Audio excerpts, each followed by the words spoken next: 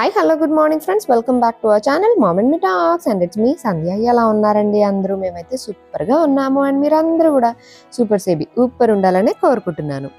So నా అవతారం చూస్తే అర్థమైంది కదండి, నేను ఇప్పుడే జిమ్కి వెళ్ళి వచ్చానమాట వర్కౌట్ చేసుకొని. బయట ఫుల్ వర్షం పడుతుంది అండ్ చాలా రోజుల తర్వాత నేను ఫుల్ తడిచిపోయినా. మొత్తం ఇగోండి ఫుల్ తడిచిపోయినా. జుట్టు తడవలేదు ఎందుకంటే హెల్మెట్ ఉంది కాబట్టి, అంటే జిమ్కి వెళ్ళాను కదా, హెల్మెట్ పెట్టుకొని వెళ్ళా. సో జుట్టు తడవలేదు, ఐ మీన్ హెడ్, బట్ మొత్తం డ్రెస్ అంతా ఫుల్ ఇట్లా తడిచిపోయింది అనమాట. మొత్తం డ్రెస్ అంతా తడిచిపోయింది. అసలు చాలా మంత్స్ తర్వాత నేను ఇట్లా ఫుల్ తడిచినట్టున్నాను. అంటే ఈ ఇయర్ మాన్సూన్స్లో ఇదే అనమాట. అంటే ఇంత ఫుల్గా తడవడం, లైట్గా తడవడం చలేగా, బట్ ఇంత ఫుల్గా పైనుంచి ఫుల్ వరకు ఇట్లా మొత్తం బయట డ్రైవ్ చేస్తుంటే యూనో ఎట్లా పడుతుందో వర్షం మొత్తం ఇట్లా పడుతుంటే ఇట్లా మొత్తం ఇట్లా ఫుల్ తడిచిపోయాను అనమాట టాప్ టు బాటము. ఈవినింగ్ వరకు ఏమంత వర్షం లేదు. నా వర్కౌట్ అయిపోయింది. ఇంకా జిమ్ దగ్గర బయలుదేరేటప్పుడే సన్నగా డ్రిజ్ల్ అవుతుంది. డ్రిజ్లింగే కదా, మళ్ళీ ఆగిపోతే ఎందుకు అని చెప్పి బయలుదేరిపోయా. ఇంకా దారిలో ఇంకా ఫుల్ ఇట్లా నన్ను గడపడానికే పడుతుంది అన్నట్టు ఫుల్ పడింది. నేను వచ్చేవే అంతా ఇంటి దగ్గర రాగానే మళ్ళీ తగ్గింది. సో అంటే పక్కన ఆగాల్సిందేమో, ఎందుకు లేట్ అయిపోతుంది అని చెప్పి నేను వచ్చేసాను. ఒకసారి డ్రిజ్లింగే కదా అన్నట్టుగా, బట్ పెద్దగా అయినప్పుడన్నా ఆగాల్సిందే, అప్పుడు కూడా ఆగలేదు. But it's okay. చాలా నాలుగు తర్వాత మాన్సూన్లో వర్షంలో ఫుల్గా తడిచా. ఇట్లా వర్షంలో తడిచి వచ్చినప్పుడు ఎస్పెషల్లీ మనం డ్రెస్ చేంజ్ చేసుకొని ఏదో పైన తుడిచేసుకొని అలాగే వదిలేయకూడదండి. మన స్కిన్కి ప్రాపర్గా క్లెన్స్ చేసుకోవాలన్నమాట స్నానం చేసేసి. అఫ్కోర్స్ నా జుట్టు తడవలేదు కాబట్టి హెడ్ బాత్ చేయట్లేదు, బట్ ఇన్ కేస్ జుట్టు తడిస్తే వెంటనే హెయిర్ వాష్ చేసుకోవడం కూడా మంచిది. ఎందుకంటే వర్షం నీళ్ళు అయినా సరే దానిలో రకరకాల అన్నీ మిక్స్ అవుతాయి. సో అవి మన హెయిర్, స్కాల్ప్, స్కిన్ వీటన్నిటిని ఎఫెక్ట్ చేస్తాయి అనమాట. సో అందుకని ఇన్ కేస్ జుట్టు తడిస్తే ఖచ్చితంగా హెయిర్ వాష్ చేసుకోవాలి. నాకు జుట్టు తడవలేదు కాబట్టి నేను స్నానం చేసేసి అండ్ నా ఫేస్ క్లెన్స్ చేసేసుకుంటున్నా.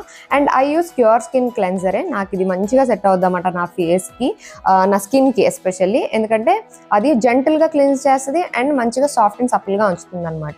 సో రెయిన్ వాటర్ని అలాగే ఉంచుకోవడం వల్ల మన పోర్స్ అన్ని క్లాగ్ అయిపోయి కొత్తగా పింపుల్స్ రావడము, బ్రేక్అవుట్స్ రావడము ఒకటి రెండు వాటితోనే స్టార్ట్ అవుతాయి. అలా అవి పెరిగిపోతాయి అనమాట. సో అందుకని క్లెన్సింగ్ కంపల్సరీ. సో ఫ్రెష్ అయిపోయి వచ్చేసిన తర్వాత మనకి తుడుచుకున్న వెంటనే తడి పొడిగా ఉన్నప్పుడే వెంటనే మాయిశ్చరైజ్ చేసేసుకోవాలన్నమాట. దో మనకి హ్యూమిడిటీ ఉన్నా సరే, బయట వర్షం పడుతున్నా సరే, చలిగా ఉన్నా సరే, మాయిశ్చరైజేషన్ ఈజ్ కంపల్సరీ. అంటే ఎస్పెషల్లీ డ్రై స్కిన్, నాలాంటి డ్రై స్కిన్ ఉన్న వాళ్ళకి మాయిశ్చరైజేషన్ కంపల్సరీ అనమాట. సో నేను ఎప్పుడు ఫ్రెష్ అయినా నేను నా బ్యారియర్ రీస్ట్రక్చర్ క్రీమ్ రాసేసుకుంటాను. ఇది మార్నింగ్ అండ్ నైట్ రెండు అప్లై చేసుకోవచ్చు అనమాట. ఇదేం ఎక్కువ అప్లై చేసేసుకోకూడదు, జస్ట్ ఇది నరిష్ చేసి హైడ్రేట్ చేస్తుంది అనమాట. సో మంచిగా ఇది అప్లై చేసుకొని జస్ట్ ఇట్లా 2 నిమిషాలు అంటే చాలు. స్కిన్ కేర్ అంటే బేసిక్గా మనం అట్లా నెగ్లెక్ట్ చేయకుండా కాస్త ఎప్పుడు కేర్ తీసుకుంటూ ఉండాలి. As a always mention, it's consistency అనమాట. కన్సిస్టెన్సీ మెయింటైన్ చేయాలి ఎస్పెషల్లీ మాన్సూన్ సీజన్లో. ఎందుకంటే స్కిన్ ర్యాపిడ్గా చేంజ్ అవుతూ ఉంటుంది, కొత్తగా మారుతూ ఉంటుంది బయట క్లైమేట్కి తగ్గట్టుగా. సో అందుకని స్కిన్ కేర్ కంపల్సరీ. ఇలాగా ఎస్పెషల్లీ ఎప్పుడైతే మనకి క్లైమేట్ చేంజెస్ అవుతూ ఉంటాయో, like summer to monsoons or monsoons to winter or winter to summer, ఇట్లా ఎప్పుడైతే చేంజ్ అవుతూ ఉంటుందో అలాంటప్పుడే దాని ఇంపాక్ట్ మన స్కిన్ పైన కూడా ఉంటుంది. కాబట్టి అలాంటి చేంజ్ ఓవర్ పీరియడ్లో మాత్రం ఖచ్చితంగా మనం కేర్ తీసుకోవాలి. ఎటువంటి మార్పులు వస్తున్నాయి ఏంటి అని, అండ్ ఇనిషియల్ స్టేజ్లోనే మనం వాటిని ట్రీట్ చేసుకోవడం బెటర్ అనమాట. సో నేను ఎప్పటికప్పుడు నా స్కిన్ కేర్ తీసుకుంటూనే ఉంటాను. అలానే ఏవో ఫ్యాన్సీ ప్రోడక్ట్స్, ఒక 10 ప్రోడక్ట్స్ రొటీన్ ఇవన్నీ ఏం మెయింటైన్ చేయక్కర్లేదు. Cleanser, moisturizing, sunscreen, proper care తీసుకుంటే సరిపోతుంది అనమాట. These are the main things ఎవరికైనా సరే skin care. Whether it can be oily, dry, combination, sensitive, whatever the skin may be, basic steps అయితే ఇవే ఉంటాయి. ఇంకా దీనికి మించి ఎవరైనా ఏమైనా చేసుకుంటారు అంటే అది వాళ్ళ ఇష్టం, చేసుకోవచ్చు. బేసిక్గా నాకైతే డర్మటాలజిస్ట్ ఇవే ప్రిస్క్రైబ్ చేస్తారు. ఎందుకంటే నేను క్యూర్ స్కిన్ వాడతాను కదండి. సో క్యూర్ స్కిన్లో డర్మటాలజిస్టే మన స్కిన్ని అనలైజ్ చేసి మనకంటూ పర్సనలైజ్డ్ కిట్ ఇచ్చి ఏం వాడాలి ఏంటి అన్నవి చెప్తారు. కాబట్టి నాకు నా డర్మటాలజిస్ట్ క్యూర్ యాప్ ద్వారా ఏమైతే వచ్చినాయో అవే నేను యూజ్ చేస్తున్నాను అనమాట. మనకి ఇలాగా ఒక కిట్ బాక్స్ లాగా వస్తాయి అనమాట. ఈ బాక్స్లో మనకి ఎవ్రీథింగ్ అన్నీ వచ్చేస్తాయి. నా ప్రాసెస్కి, ఐ మీన్ నా స్కిన్ కేర్కి సంబంధించినవి అన్నీ వచ్చేస్తాయి. ఎలా వాడాలి ఏంటి, వాటి సైజ్ లెంత్ ఇవన్నీ కూడా ఇక్కడ మెన్షన్ చేసేసి ఉంటాయి అనమాట. సో ఎవ్రీడే మనం ఇవే చేసేయచ్చు.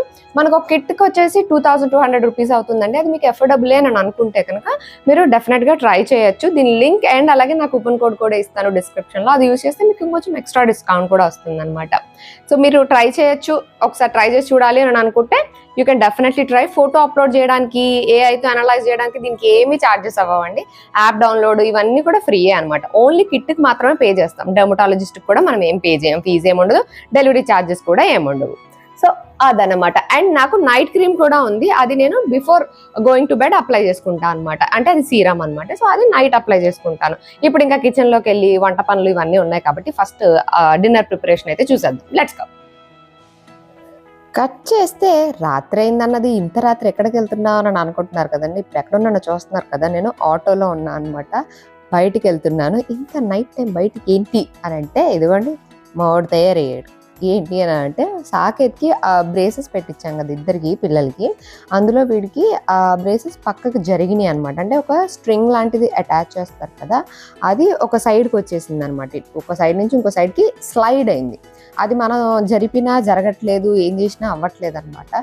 సరే అని మా డెంటిస్ట్కి కాల్ చేస్తే తీసుకొచ్చేయండి అర్జెంట్గా అని అన్నారు. ఎందుకంటే ఆ స్ట్రింగ్ ఎడ్జ్ మామూలుగా షార్ప్ ఉంటుంది కదా, అది ఇంకొక సైడ్ లోపల బుగ్గని గుచ్చేస్తుంది అనమాట. సో వాడికి అది నొప్పి వస్తుంది. మళ్ళీ అలా గుచ్చితే అక్కడ అల్సర్ ఫామ్ అయ్యే ఛాన్స్ ఉంటుందని తీసుకురమ్మన్నారు. ఫైనల్లీ 1.5 hour ట్రావెల్ చేశాక వచ్చేసాం మేము మా డెంటల్ క్లినిక్. చాలా ట్రాఫిక్ ఉంది ఈ మధ్య. ట్రాఫిక్ అనేది కామన్ అయిపోయినట్టుంది. I have to get used to it. But of course ఇప్పుడు దూరంగానే వచ్చాం. This is Malkajgiri. So obviously traffic ఎక్కువ, టైం ఎక్కువ. ఇప్పుడు ఇంటికి మళ్ళీ ఎప్పుడు అంతా తెలియదు. ముందైతే ఫస్ట్ డాక్టర్ చూపించాలి, వీడిది వాళ్ళు సాల్వ్ అయిపోవాలి. సో మీకు ఒకవేళ బ్రేసెస్ కోసం చూస్తున్నట్లయితే దగ్గరలో ఉన్నదాన్ని చూసుకుంటే బెటర్. యాక్చువల్గా బ్రేసెస్ పెడుతున్నప్పుడే డాక్టర్ ఒక హెడ్సప్ ఇచ్చారనమాట. ఇట్లా చిన్న చిన్న ఏమన్నా అవుతాయి, ఇది కామన్ అనమాట, ప్రతి ఒక్కరికి అవుతూ ఉంటాయట. సో అట్లాంటిది ఏమన్నా అయితే కనుక ఒక రబ్బర్ లాంటిది ఇచ్చారు. అది బుగ్గ గుచ్చుకోకుండా పెట్టేసి తీసుకుని రమ్మని చెప్పారనమాట. అది ఫస్ట్ బ్రేసెస్ పెట్టినప్పుడే మొత్తం బ్రష్, పేస్ట్ ఇవన్నీ ఇస్తారు కదా, వాటితో పాటు ఆ రబ్బర్స్ కూడా ఇచ్చారనమాట. అవి ఇట్లా కట్ చేసి పెట్టుకోవడమే. సో అది కామన్గా జరుగుతాయి. మాకేంటంటే నియర్ బై కాదు కాబట్టి మేము ట్రావెల్ చేసి రావడానికి ఇదంతా ఒక లెందీ ప్రాసెస్ లాగా అయింది. అదే పక్కనే అనుకోండి మీకు చాలా ఈజీగానే అయిపోతుంది అనమాట. బట్ మాకేంటంటే మా ఫ్యామిలీ డాక్టర్ ఈయనే. అండ్ అలాగే పిల్లలకి ఎక్స్ట్రాక్షన్ చేయకుండా, పళ్ళు పీకాల్సిన అవసరం లేకుండానే బ్రేసెస్ వేస్తా అన్నారు. మా దగ్గర నేను 2-3 అడిగితే వాళ్ళేమో ఎక్స్ట్రాక్షన్కి వెళ్ళాలి, టూ క్రౌడెడ్ ఉన్నాయి, జా లైన్ చాలా చిన్నగా ఉంది, ఇలా సజెస్ట్ చేశారనమాట. ఎవరు పళ్ళు పీకకుండా బ్రేసెస్ వేస్తాను అని అంటే వాళ్ళ దగ్గర చేద్దామని అనుకున్నాము. ఫైనల్గా మా ఫ్యామిలీ డాక్టర్ అంటే ఈయన దగ్గరే మావయ్య గారు, మా వారు, పిల్లలు అందరూ ఏ డెంటల్ ఇష్యూ వచ్చినా ఇక్కడికే వచ్చేవాళ్ళం అనమాట. సో కొన్ని సంవత్సరాలుగా తెలుసు, అందుకని మా ఫ్యామిలీ డాక్టర్ దగ్గరికి వచ్చేసి ఇక్కడే పెట్టించుకున్నాం కదా. సో ఆయన దగ్గరికి వచ్చేసాం అనమాట.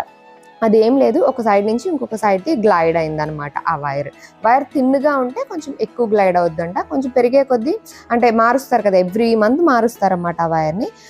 అలా వాళ్ళు మార్చే కొద్దీ ఆ వైర్ థిక్నెస్ని పెంచుకుంటూ వెళ్తారంట. వైర్ థిక్నెస్ పెరిగినప్పుడు ఇంకా గ్లైడ్ అవ్వదన్నమాట. ఓన్లీ స్టార్టింగ్లోనే ఇలా అయ్యే ఛాన్స్ ఉంటుందంట.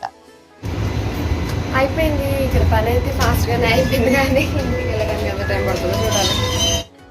ఇప్పుడు స్టార్ట్ అయితే నౌ ద టైమ్ ఈజ్ 8 అయింది.